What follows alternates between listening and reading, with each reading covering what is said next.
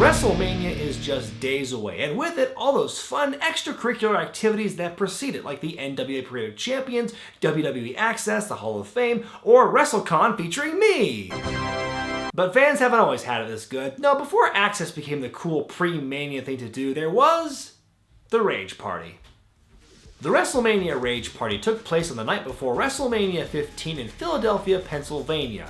4,000 people filled the Philadelphia Convention Center to take part in a rocking event, where the stars of the WWF would be seen alongside big musical guests. But this party wasn't all fun and games and carefree orgies. No, there was a dark side to this event, and this week, I'm gonna rank them the top 8 worst things about the WrestleMania Rage Party. Number 8. What the hell is a Rage Party? I mean, I get that the name is probably a tie-in with the tagline they used for that year's WrestleMania, the Raging Climax. Which, now that I think about it, was incredibly misleading because I don't think a single storyline climaxed or concluded at that show.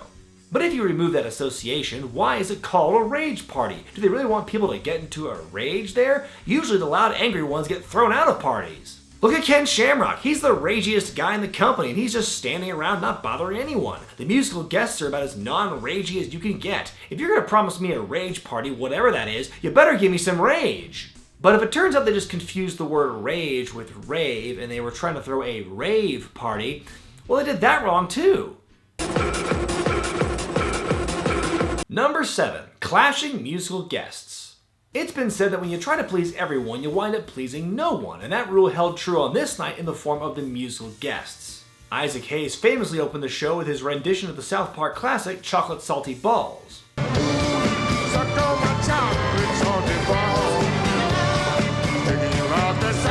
But the party also had a performance by Big Pun and a bunch of squeaking and squawking from the Cherry Poppin' Daddies.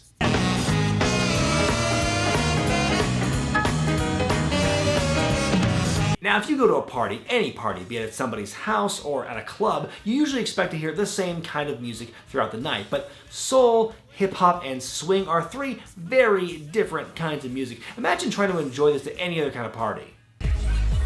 Yeah, bro, I'm digging this song, man. This is great.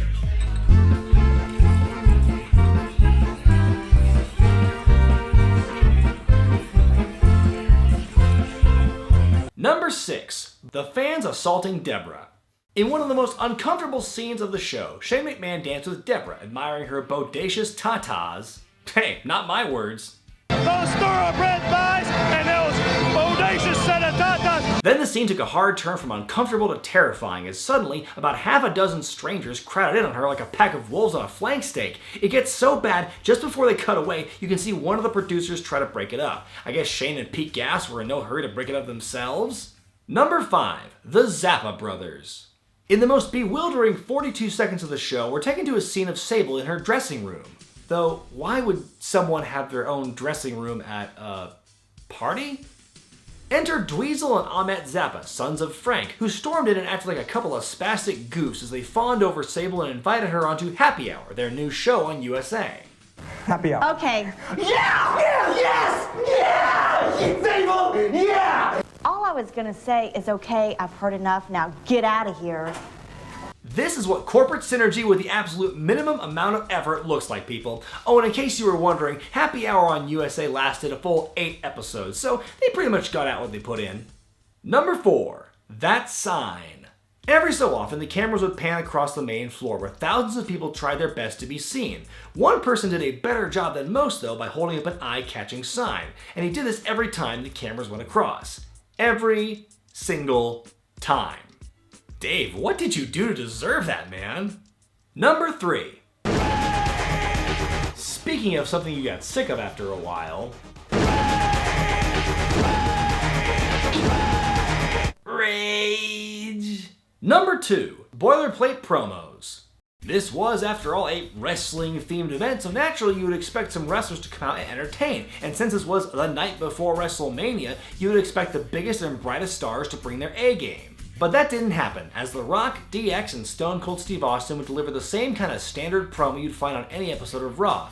Only instead of delivering them in the ring, they looked to be miles away from the fans. Mick Foley was the only one who really branched out here, as he chose this night to start his burgeoning stand-up career. The bartender says, "May I help you?" And Mr. Sacco said, "Yeah, can you get this guy's hand out of my ass?" And then there was The Undertaker, who harshed everyone's buzz by talking about Hell in a Cell and hinting he'd be going after a still unknown Stephanie McMahon. There will be nothing between me and her, McMahon. Which would eventually lead to the whole story where Stephanie gets kidnapped, and there's the Black Wedding, and the Higher Power, and the corporate ministry, and oh god, don't make me relive it! Before we find out what the worst thing was about the Rage Party, let's take some time to talk about some of the best things about the Rage Party. The misadventures of Patterson and Briscoe. The Stooges were a constant source of comedy during the Attitude Era, and they did a very good job on this night. From dressing up as a pantomime horse to inspiring their hardcore evening gown match later that year, the two spent all night trying to sneak into the party to great comedic effect, and once they got into the party, they had to go back out for Vince's mystery briefcase, only to get arrested. These two Hall of Famers portrayed bumbling goofs to the hilt every night, especially at the Rage Party. Drunk Shane McMahon.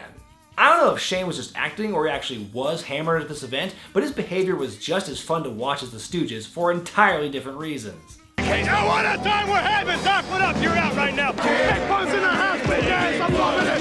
Yeah, boy! Yeah, boy! That guy's fighting The Undertaker this Sunday. Dancing Vince. Just look.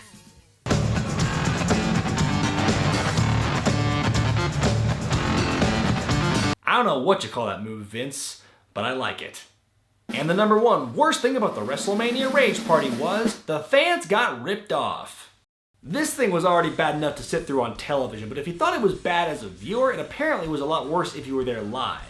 For starters, mingling with the wrestlers was advertised as part of the fun of the Rage Party, and while some lesser guys like Draws, Michael Cole, and Terry Taylor hung out and signed autographs, there was no way they were going to be able to reach out to 4,000 people inside the venue. All the wrestlers that people actually wanted to hang out with, the big name stars, either stayed up on balconies high above the riffraff or only showed up on stage for brief periods of time like Val Venus, Mankind, and Stone Cold. The people were packed in there like sardines, given only Chef Boyardee to eat since they were the sponsor, barely interacted with the wrestlers, got a few musical performances out of the deal, and they had to spend $80 a pop for the pleasure. That's how much people pay for Axxess today, and they actually get autographs and photo ops for that much. The Wrestlemania Rage Party, while cool in theory, was executed poorly on both fronts. Not only did it barely do anything to promote, WrestleMania, but all reports suggest it was a giant ripoff for the fans. And that's the worst thing about the Wrestlemania Rage Party. So remember, when you guys are at Axxess this week and you're sitting in line for an hour for Zack Ryder's autograph, just be glad your stomach isn't full of Chef Boyardee. Be sure to thumbs up this video if you like it, comment below, subscribe to Wrestling with Regret, and buy the t-shirts at ProWrestlingTees.com. I'm Brian Zane, and I'll see you next time.